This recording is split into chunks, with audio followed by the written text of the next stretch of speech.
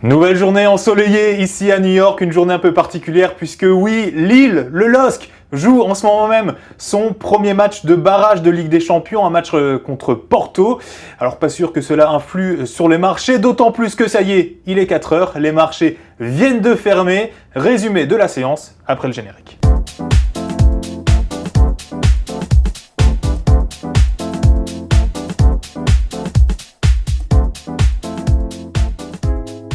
Alors, outre ce match du LOSC, cette séance de mercredi était marquée par les fameuses minutes de la Fed, un rapport publié dans l'après-midi qui confirme que la Réserve fédérale se montre divisée quant à la croissance affichée actuellement par l'emploi. D'un côté, elle le reconnaît, le secteur bat toutes les dernières prévisions en termes de statistiques, mais d'un autre, la Fed souligne que malgré tout, cela reste insuffisant pour ne serait-ce qu'envisager une modification des taux d'intérêt actuels. Alors, avant cette annonce de la Fed, les marchés étaient plutôt dans le vert. Le Dow Jones progressait de 0,20% à mi-séance.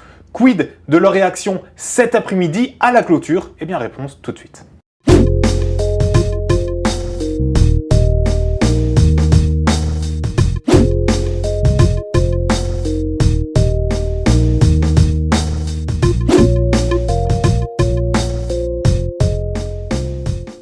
Et du côté des sociétés maintenant, Target était la cible principale des investisseurs avec un bénéfice trimestriel en deçà des attentes et donc un bénéfice par action annuel lui aussi revu à la baisse. Target dont l'action prenait malgré tout 2,26% peu avant la clôture. Et puis le spécialiste des travaux pour maison, Lowe's, lui aussi publiait son bilan trimestriel avec au final des revenus en hausse mais un bénéfice annuel lui aussi revu à la baisse. Lowe's qui pointait avant la clôture à plus 1,77%, alors que de son côté, Hertz, le spécialiste loueur des voitures, s'écroulait de quasiment 10%.